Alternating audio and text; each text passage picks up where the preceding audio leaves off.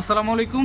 ইনশাআল্লাহ আশা করি সবাই ভালো আছেন। আলহামদুলিল্লাহ আমিও ভালো আছি। যেখান থেকে আমার ভিডিওটি দেখছেন সবাইকে অসংখ্য ধন্যবাদ ও সর্বতি ভালোবাসা রইল। আমি আন্তরিকভাবে দুঃখিত, আমার এখানে সাউন্ড হইতেছে, ব্যাকগ্রাউন্ড সাউন্ড হইতেছে, যার কারণে হয়তো বা আমার কথা শুনতে আপনাদের প্রবলেম হইতেছে, যার কারণে আমি একটু আপনাদের কাছে দুঃখ প্রকাশ করতেছি। তো আজকে কথা বলবো হচ্ছে, গতকালকে আপনারা জানেন যে আমাদের যে পররাষ্ট্র উপদেষ্টা তিনি কিন্তু সাংবাদিকের যে ভিডিও কনফারেন্স সেখানে কিন্তু তিনি উপস্থিত ছিলেন এবং সেখানে তাকে কিছু প্রশ্ন করা হয়েছে। তো এই বিষয়ে কথা বলবো। আর উনি আমাদের সাথে বা আমাদের সাথে আরও যেই ঝামেলাগুলি আছে, মানে আমাদের এই ইতালির ভিসা নিয়ে যে গেম চলতেছে কিনা এই বিষয়ে কথা বলবো। এইগুলো শুনলে আজকে আপনারা, মানে এতদিন আমিও আপনাদেরকে যে বিষয়গুলোতে মানে সোচ্চার হইতে না বলছি, আজকে আমি ওই সব বিষয়ে আপনাদের সাথে কথা বলবো। যদি আপনাদের ভালো লাগে আপনারা এটা আপনারা এটা কি করবেন, আমার কথা অনুযায়ী আপনারা করবেন, বা আমার কথা যেটা বলবো যদি ভালো লাগে সেই অনুযায়ী আপনারা পদক্ষেপ নেওয়ার চেষ্টা করবেন ইনশাল্লাহ।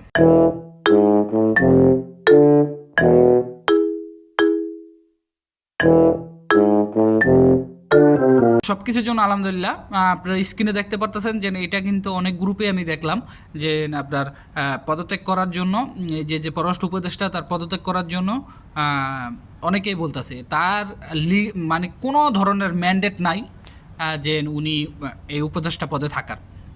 গতকালকে বা আরও আমি যদি ভুল না করে থাকি, গতকালকে বা গত পরশু হয়তো বা আমি পিনাকি ভট্টাচার্যের যে ইউটিউব পেজ, সে ইউটিউব চ্যানেল, সেখানে আমি দেখলাম এই উপদেশটাকে নিয়ে তিনি কথা বলবো। আমার এটা দেখার বিষয় না তিনি ইন্ডিয়ার লেসপেন্সর নাকি তিনি আওয়ামী লীগের লেসপেন্সর, এটা বা আপনার সিপিবি লেসপেন্সর, কোনোটাই আমার দেখার দরকার না। আমার দেখার দরকার হচ্ছে আমার ভাইয়েরা ভিসা পাইতেছে না। আমার দেখার দরকার হচ্ছে আমার ভাইয়েরা সুদের টাকা আইন না সুদ পোহাইতেছে, সুদের টাকা দিতেছে, আমার ভাইয়েরা কিস্তি আইন না কিস্তি টানতেছে, জায়গা জমি বেচতেছে, দিনের পর দিন বেকার রইতেছে, অন্য দেশের থেকে আইসা এই দেশে আইসা এখন মনে করেন যে রাজমিস্ত্রি কাম করতেছে, বদলা দিতেছে। আমার এটি দেখার দরকার, কে লেসপেন্সর কে কি, এটা আমাদের দেখার দরকার নেই। আমাদের এটা দেখার দরকার নাই যে কোনো কূটনৈতিক সাহায্য নেওয়ার আমাদের কোনো দরকার নেই। আমরা তো এটার আশাই করুম না। কী জন্য আমরা এটার আশা করুম? আমরা বাংলাদেশের নাগরিক, আমরা লিগ্যালভাবে যাইতেছি, বরঞ্চ যেখানে লিগ্যাল সেইখানে লিগ্যালের চাইতে আমরা আরও বেশি টাকা দিয়ে যাইতেছি, তাই না? তো আমাদের তো এত মানুষের হাত পা ধরার দরকার নাই কা। তারপরেও আমরা কি করতেছি যে না, আমাদের ভবিষ্যৎ বা আমরা সব কিছু চিন্তা কইরা যে আমরা তাদের কাছে যেতেছে। এখন তারা কোনো ধরনের আপনার মানে একটা সমাধানে আসতে পারলো না এই পর্যন্ত। তারা ডাক্তার ইউনুস করলো। আচ্ছা, ডাক্তার ইউনুসের কি চোখে পড়ে না? আমরা সবাই ভাবি যে ফেরেস্তা। শোনেন, আসলে সব বিষয় নিয়েই কিন্তু বাংলাদেশে রাজনীতি করা হয়। আপনারা মনে করেন না যে এই যে আমাদের যে ইতালি ভিসার বিষয়গুলো, এগুলো নিয়ে রাজনীতি না হচ্ছে। আমি ধরে নিলাম আওয়ামী লীগের লোক পাইছেন, আমি ধরে নিলাম এম্বাসির ভিতরে আরও লোক ছিল। আপনি চিন্তা করেন 2023 সাল থেকে আজকে 2025 সাল পর্যন্ত এই সমস্যাগুলি দেখা দিছে। তো 2023 সাল থেকে 2023-এর অক্টোবর থেকে, ঠিক আছে, অক্টোবর থেকে এই সমস্যাটা দেখা দিছে আজকে 2025 সালের মার্চ মাসের শেষ দিকে।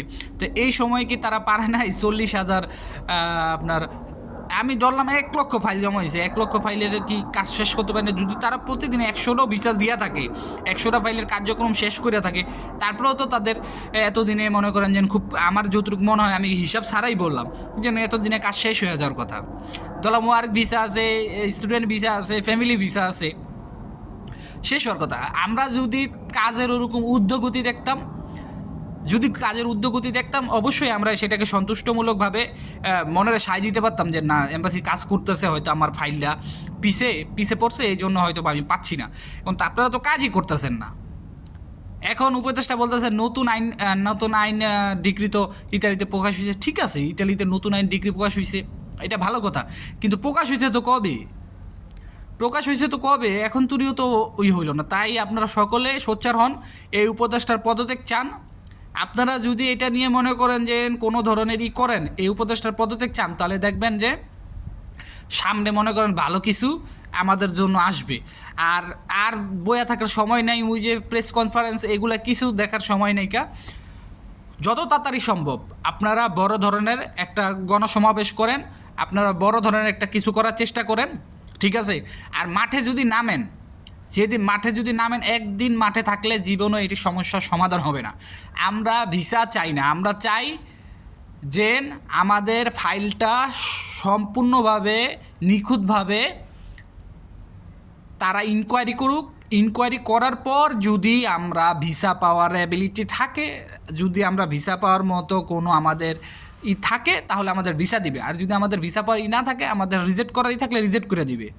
কিন্তু আমাদের কোনো ধরনের মানে অনির্দিষ্টকালের জন্য, যেখানে কোনো আপনার সময়সীমা নাই, ওইখানে যদি আমাদের ঝুলে রাখে তাহলে হবে না। আপনারা তো দেখছেন যে উপদেশটা কী বলছে। আমি গতকালকে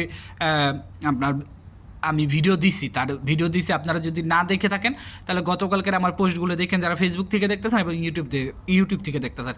আমি আপনাদের সর্বোচ্চ সাহায্য করব, আপনাদের।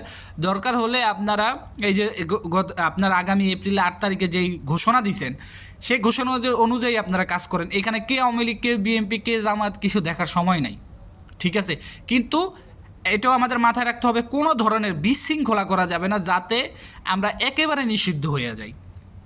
এটা করা যাবে না, ঠিক আছে? এটা করা যাবে না। আমরা রাস্তায় বসবো, আমরা রাস্তায় কর্মসূচি করব, রাস্তায় গণসমাবেশ করব। আমরা কোনো ধরনের কারো ক্ষতি করে কিছু করবো না, কোনো এম্বাসির ক্ষতি করবো না, কোনো বিএফএস গ্লোবালের ক্ষতি করবো না, কেউ কিছু ক্ষতি করবো না। দেখবেন যে সব কিছু মনে করেন যে আওতায় পড়ব। দেখেন আপনারা যে সোচ্চার হয়েছেন না, এখন তো মনে করেন টিভি চ্যানেলে প্রকাশ হইতে সামনে আরও কিছু হইব।